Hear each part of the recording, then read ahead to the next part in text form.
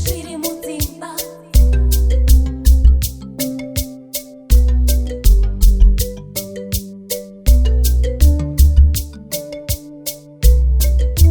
Zviri Mudzimba.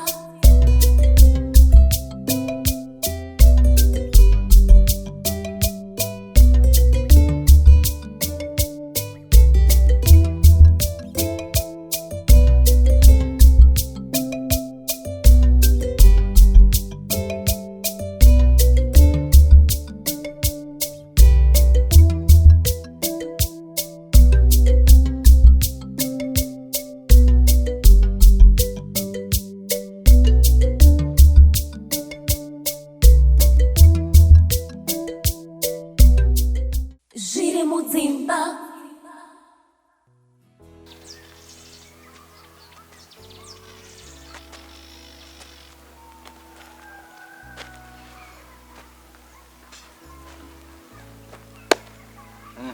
Old men are getting old. Young man, you are getting young Yes, very much. and very short. Dude. Do bomba kwako? Boba, Yeah. you okay? No, I'm not okay. Mukadzi wakantaura. Maka masangano vanhu Yeah. vanotaurisa. Nditokutyira kuti pamwe wadhemejwa nekuti munhu wacho nehasha dzeguru. Damage kwaini? Kubomba wangu unoita wangoda oneni. Ndada kuona. Okay. Achandonana maitanya first. Oh, all right. Because pese paipa ndaiuya paipa ndikuona munongonetsa pese ndoya kunombonetsa. Imhosva yake. Aiwa. Aiwa, imhosva yake unozochi. Unozochi. Kazi ane mangoromera kana kuti ndoitore ngozi yacho. Nina banja ndikamutadzira. All I did was trying to have a better life, but I say she rubs it in my face and thinks good I'm the bad guy. Should I apologize to her for trying to make her life better? Ngandikuzama wani kuita zvese iwe unozoti munomu munyika muno zvinhu zvese zvakaoma saka pesi pandienda try kuti iya awane chikafu then yatoo mhosva yangu zvese zvandaita inini kuti nevana vakwanise kurarama imhosva yangu dude Unozoti mhosva yei? yake Mhosva yepride. pride hapana pride zvinomboshanda Mese muri munotaurisa. no Mese muri mune pride. but iye ngawo yakanga ndikumbira regerero because ndiye akatadza Ndi wakatadza. ndindakatadza papiwo I'm just trying to make a better life for her but iye anoenda unozwa inonzi ICUD inonzi intercontract device iyo yacho ipapapo ndokuti side vana inini I need a baby now she makes her own decision andika asina kuinvolva inini and of which kuti paite vana panofanira kunge paine mukadzi nemurume saka akasainvolva inini anoda kuti ndinasei manje dude I'm getting mukadzi nemurume izvo But iwe wakaenda wakanotanga kuita zvebusiness wega. Uchishandisa imba yake. saka yatit for tat yaari kuita Ndiwe wakatanga. ndindatanga papi kwatitoda kufanira kuita You a have to- better you life have to be the to bigger have a person, better bro. life bigger person kuti inini bigger person Yes. man wanyasoona here maitanya have you actually met her Yeah. Do you know women are like that? We- You want to go take nemukadzi kudai. Sometimes ingoita reverse psychology. You see it works. ndoita bigger person inini Yes. dude Mm. wataura zvakanaka Ingoenda. I'm short there's no way I can be the bigger person You can always be the bigger person. No. Enda iwe kuna maitanya iwo. Unondi maitanya ndiregerero. over my dead body this Ndakakanganisa. body dead over it Ndakaronga zvinhu zvangu. Pasina iwewe. Dai ranga riri business rokuti kuitira kuhararo uko. Mutown umu. I would understand. Sai business raunoita pamba. saka wada kuti Panogara ndiendokumbira maitanya. ruregerero kuti I'm trying to give you a better life I'm sorry maitanya I'm trying to give you a better life and ndikuona kuti ukukanganisa you deserve poverty nhamo inofanira kuti waseri nekuseri kunge pokwe papresident ndizvo Imi makafanana vanhu tu imi munotaurisa. It's not about that. It's not about who's right, who's wrong. It's about who's right and who's wrong No, it's not about that. dude But do you know that you can actually solve everything by just accepting? You don't lose anything to go and say maitanya sorry. Unotoona pamwe akaenda move watumuti that's the problem why do I always have to say sorry nepandinenge ndisina kutadza ndongoti sorry she's trying to get back to you too. And we are to pay $100 kuti kuti ukaenda kanoti sorry wewe mutu nama kutofaramba I'm not asking for much. I did my part, Semurume. I know. But this is a waste every day. My problems are out and to quit out there. So it's just a waste. What sorry. We're to get our position here. Eh? Saka sorry. Doesn't vote anything. Sorry is good. fine. Bo. What I want to pay you was $100. And one of the children had a pink promise. Grow up, man. Grow up.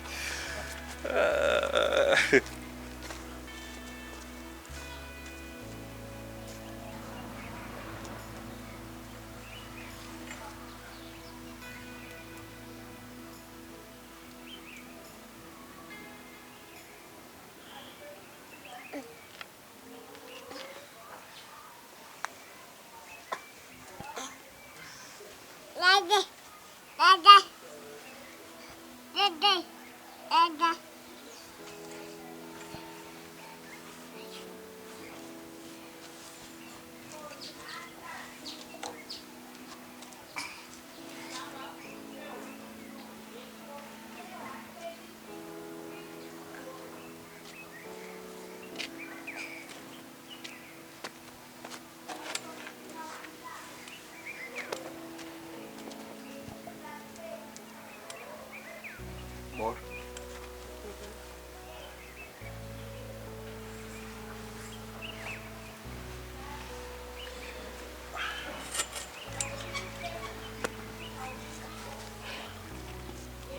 I'm sorry and how good the name now.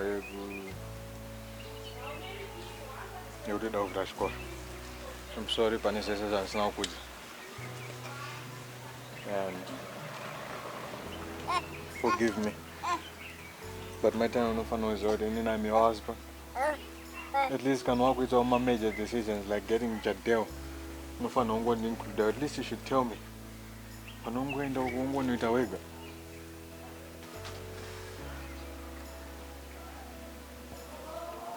Sorry, my time. Sorry, and now good about over a score. Ndakakanganisa ipapo semukadzi wangu ndefanonge ndakatotaurira iwewe chira idea ndandatombozvifambira zvese zvemapepazi zvacho ndepapo ndakabaisa neno ndakaita chidzidzo newe kuti mabera half kanyama imwe saka ipapo ndakabreka and I'm really sorry ndomboregerera. But Meta, you have to understand. I'm your husband. This point of my major decision that not affect the both of us. Like Uziva would, you know, would don't what you tell. I see decision, yeah. I know it's your body, I get it.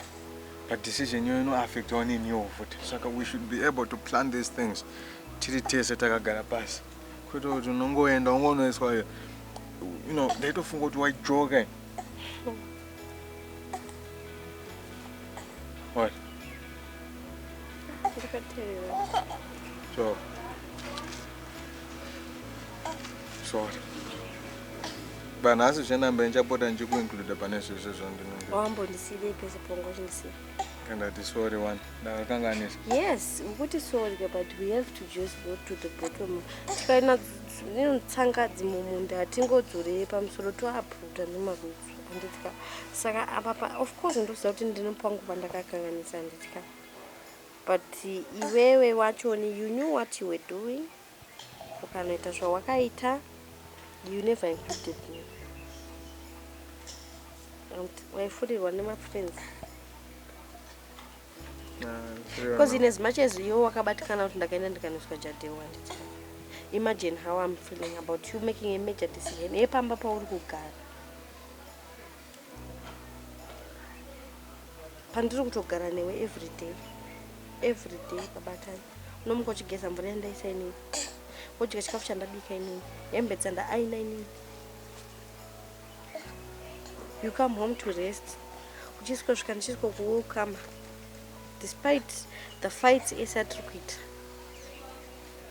I know you are my husband at the end of the day ungagona unge wabuda, but at the end of the day you're just gonna come home.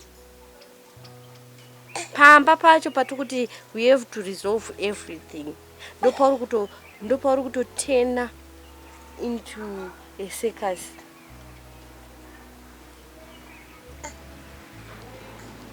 Because I'm all would have a better life.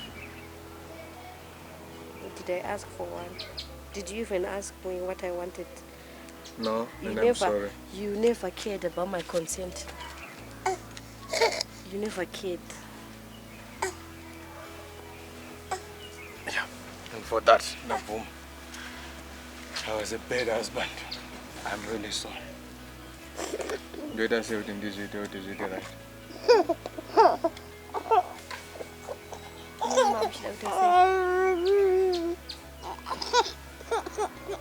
That key. I know.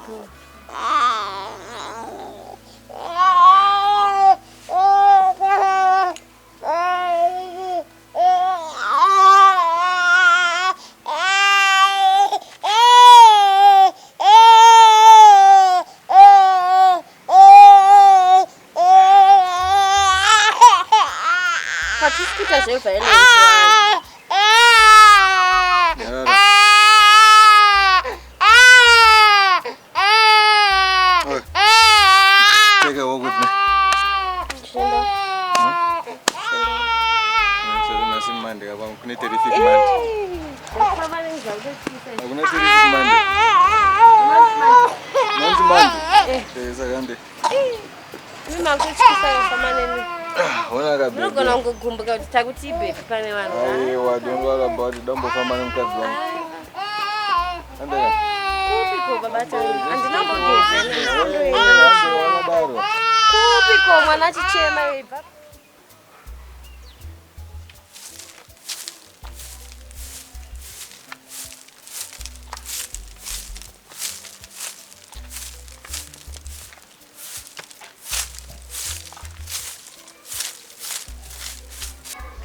I know didn't want to my bitch. I should not have said that. I should not have said that.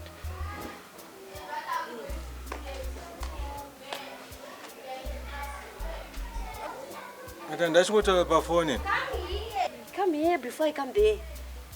Come here. Hey, you've chosen violence to be the order of the day today. What did you eat, Baba Tan? Let's tell about phone. Which tell about phone? Which did you? Eh? Which did you? I'm going to compliment one. Oh, I compliment one. I'm going to say. Saka iwe ukuta kuti kugara nayo kwandakaita panapa ndiri bisho. Andinobuda rini ndabuda bisho. Wataura pa phone apa. Pa phone zvandututanda chamara. Uchireva Yeah? Uchireva ni? Kwete iwewe, vamwe vanhu vese kunzoko but kwete iwewe. Iwewe uri wife material chacho yaungana chibisho. Aiwa wati vanhu vanotinda musoro kama bisho. Nongotaurwa nesociety. Saka uri kutongoreka automatically nyaya yako iwe redirected to me. Kuya kwa shut up. Kuya kwa waita kuzotaurira apa pa meaning kuti uri kuda you want to convey the message kuti iwe kwandiri Baba Tanya. Ndachikutaura pa phone. Saka uri kuti Baba Tanya kugara nehure. Aiwa kana kwese ndatofunga kuti bvudzi yako zvisho handinambozoti hazina sombokuona. Watikudi? Ndati ngwese wangosina undoona but wangochitaura pamwe mamutitaura nezvangu. Sorry. Aiwa Baba Tanya. Inini zvokunetsana newa ndisuda kuti wanditi wati ndiri bisho. Ndozvawataura ka. Saka iwewe nenika tokutanga nhasi. Handiti you've chosen violence to be the order of the day. Tutanga nhasi. Muswe kana kuti toti chiko ndakubhadharisa. Because wati ndiri bisho. Ndakubhadharisa. Saka tokalkuleta kuti kubva titange kugara tese kana kuti kubva pandakaiswa tindora iti ndikure rutsiri. Ndiri kudawo ma20.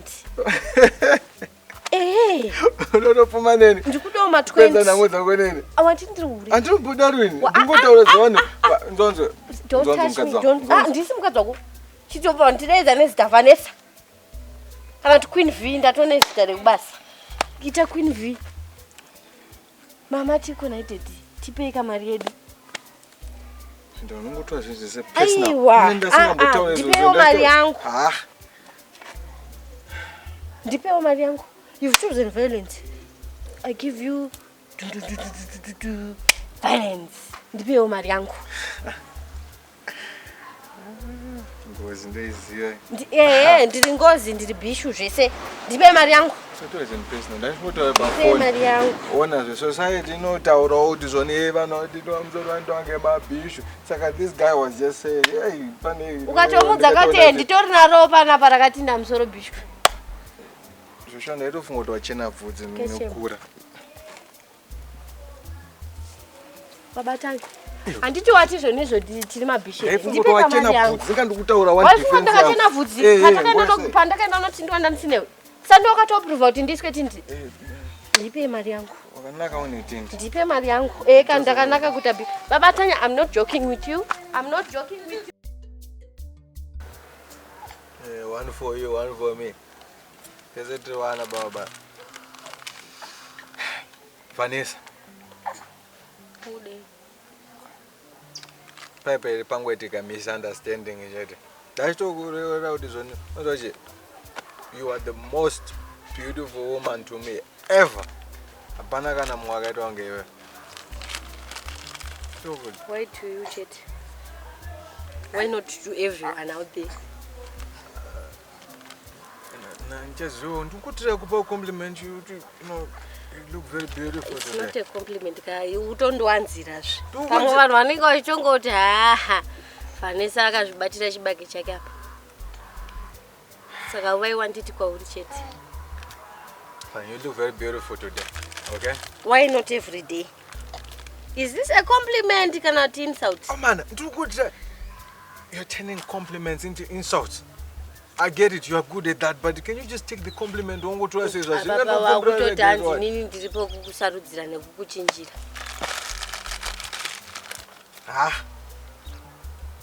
Ini ndambobvira ndataura kuti kudzira kura unogerwa masaidi ropo wasiya padenga chete kunge wakadada. Handirimbobvira ndazvitaura izvozvo. Handitombobvira ndazvitaura izvozvo. Asi iwewe uri papa kunditi hanzi ndiri bishu nekuti zvonizvo ndaiswa tindi musoro. It's fine Babata. But you want to ndosiya wakapa musoro apa.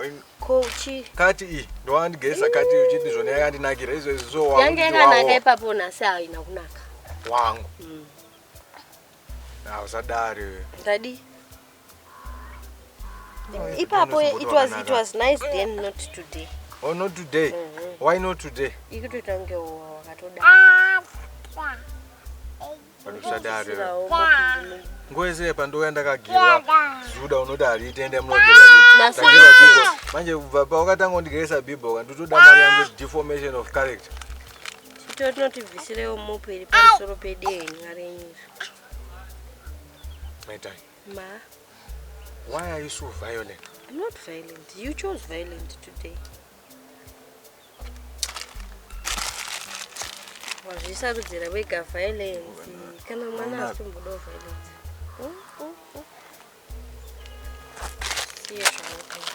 Nonsense. Fanana nini wazinzo? Ndisiye zvangu ini. Ndisiye zvangu. Kana tiri mabreed embo kaka ini ndiri pitbull kana boa bro. Iwe tokuisa kusection yekumamongoro. Mamongoro. Undita ndatumbweni ntona msiya ngoto. Ikaka kamongoro chako. So jerire vanhu iwe. Naizvozvo murume akasvika kunge inini wautaura kuti zvone ndiri tumbwa kuti unonhonga mabhini kuti usina nebasa rezoto. Babatanya utozita murume amtaura pantara mwarume kaiwe. Iwe zvikatonzi nebaba vanhu varume sunga ukatosunga Mwari ndokugadzika pasi nembameni. Kutongoti ndinotonga kugamuchira wakadaro but iwe unenge wakutofarisa kuti zvandakakuda wakadaro wakutotora tatu. You chose violence wega nhasi ndakukuudza chokwadi ndoti Soke gare papa. Koda ndisimukireko. Songe banana uda. Zvine basa rei? Nditori nani koimi mongi? Mongoro. Mongi. Mongoro. Gare papo songe banana uda. Kondosumukireko naye mongoro.